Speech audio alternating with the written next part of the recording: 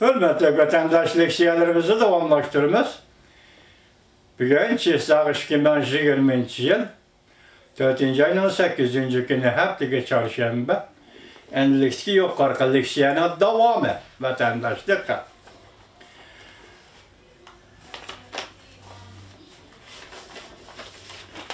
Leksiyaning davomi Jungo Kompartiyasi bilan savdo qilayotgan barliq ol kuchsi guruhi cho'ng shirkatlar va Jungo Kompartiyasi bilan hamkorlashgan aqldamonlar qip-qizil qonga bo'yalgan dollarni qushimdab turibdi. Bularning hammasi yaqin kelgusida oshkora bo'ladi. Biz ishni xeneriya kesingirdan boshlaymiz. Stefan Torpilim programımızda mundaq va'da berdi.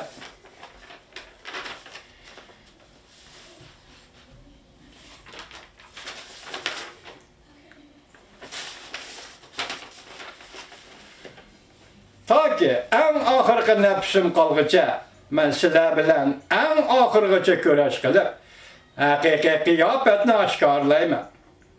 Biz elbette işini xeneriya kesingirdan boshlaymiz. Bir necha 10 milyon, bir necha 10 milyon, bir necha 10 yıldan beri ko'pchilik bir ishdan bosh tortib keldi. Meselelerge başka taraftan qarab keldi. Biz nima uchun bosh tortamiz? Pul uchun.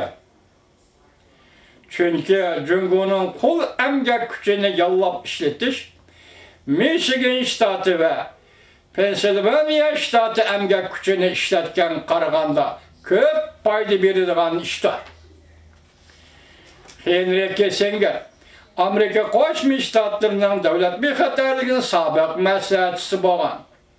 Prezident Nixon davrida davlat ishlar kotibi bo'lgan.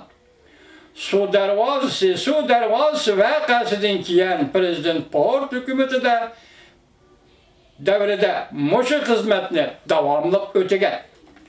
Henry Kissinger 1971-yili 2 qatam Jungoni ziyorat qilib, 1972-yili Prezident Nixonning Jungo qaratgan muzeyresh shakillik ziyoratini ilgari surib, Jungo-Amerika diplomatik munosabatlarini normallaştırdı.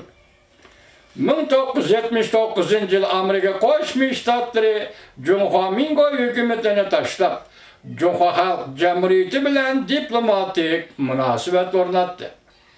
1989-yil Tiananmen voqeasi yuz berganda Henry Kissinger Yaponiya Dumay axboroti ve G'arbiy Germaniyaning yakshanbalar Dunyo gazeti da ayrim ikki parcha maqola e'lon qildi. Birinchi Tiananmen voqeasi ichki siyosat masalasi. Onun ikinci parça makalesi Amerika Jungo'nu tashlab etilmaydi. Makalada mundaq ko'rsatilgan. Henry Kissinger Jungo Kompartiyasining Tiananmen voqeasi ko'rgazmasidan o'ng'ayli o'tib ketishidagi muhim sabablarning biridir. 1982-yili Henry Kissinger maslahat so'rash shirkati qurib, zo'r bir turkum Angliya, Amerika siyoset erboblarini ve davlat alqilgan cho'ng shirkat boshliqlarini bir yerga to'pladi. Qiladigan muhim xizmat Amerika shirkatlariga chet ellarda taraqqiy qilish bilan ta'minlaydigan siyoset maslahat so'rashdan iborat bo'lib, onun işi de en mühimi bu şirketlerin Jungo'da terakki kılışığı yardım veriş mülazimeti bilen şoğullanish idi. Bu şirket katnaşkan Kissinger'nin 90%'nin artık xaridarının hammasi Jungo bilen savdo qiladigan Avrupa, Amerika şirketleriydi. Kissinger'nin ataklı xaridarları intayin köp. Kol uzarsıla kolga çıkıdığanları Morgan Stanley, Amerika Tuşoş Yötkeş şirketi AIG Coca-Cola mı? Ha, Coca-Cola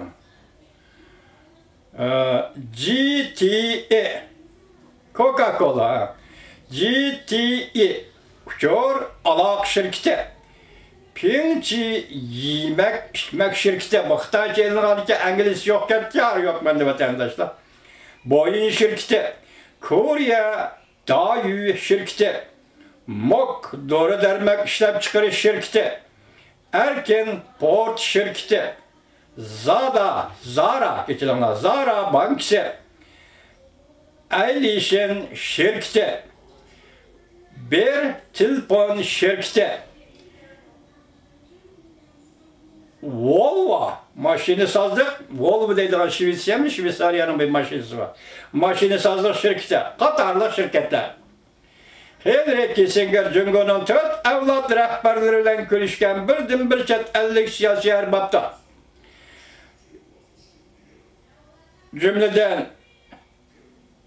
geçirenler 50 yıldan beri Cungo rehberlik katlimi Henry Kissinger'ni Cungo halkının kadinas dostu da qarab geldi.